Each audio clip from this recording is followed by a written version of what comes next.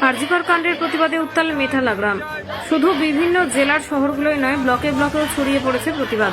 আরজিকর হাসপাতালে তরুণী চিকিৎসক খুনের ঘটনায় উত্তাল গোটা দেশ এবং সাধারণ মানুষ। এই ঘটনায় প্রতিবাদ মিছিল থেকে শুরু করে সোশ্যাল মিডিয়ায় ক্ষোভ উগরে দিয়েছেন সাধারণ জনগণ থেকে শুরু করে বিশিষ্ট জনেরা। 22 অগস্ট বৃহস্পতিবার বিকেলে সর্বসাধারণকে পথে জমায়েতের আহ্বান দেওয়া হয়েছে।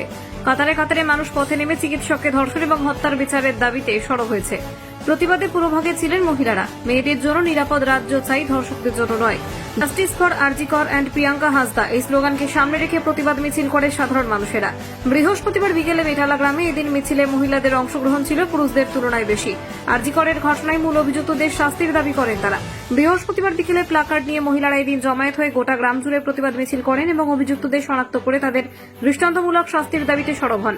মৃত চিকিৎসক এবং বর্তমান তরুণীর আত্মার শান্তির উদ্দেশ্যে প্রার্থনা করা হয়। সর্বশেষে জাতীয় সঙ্গীতের মধ্য দিয়ে উক্ত প্রতিবাদ মিছিল শেষ হয়।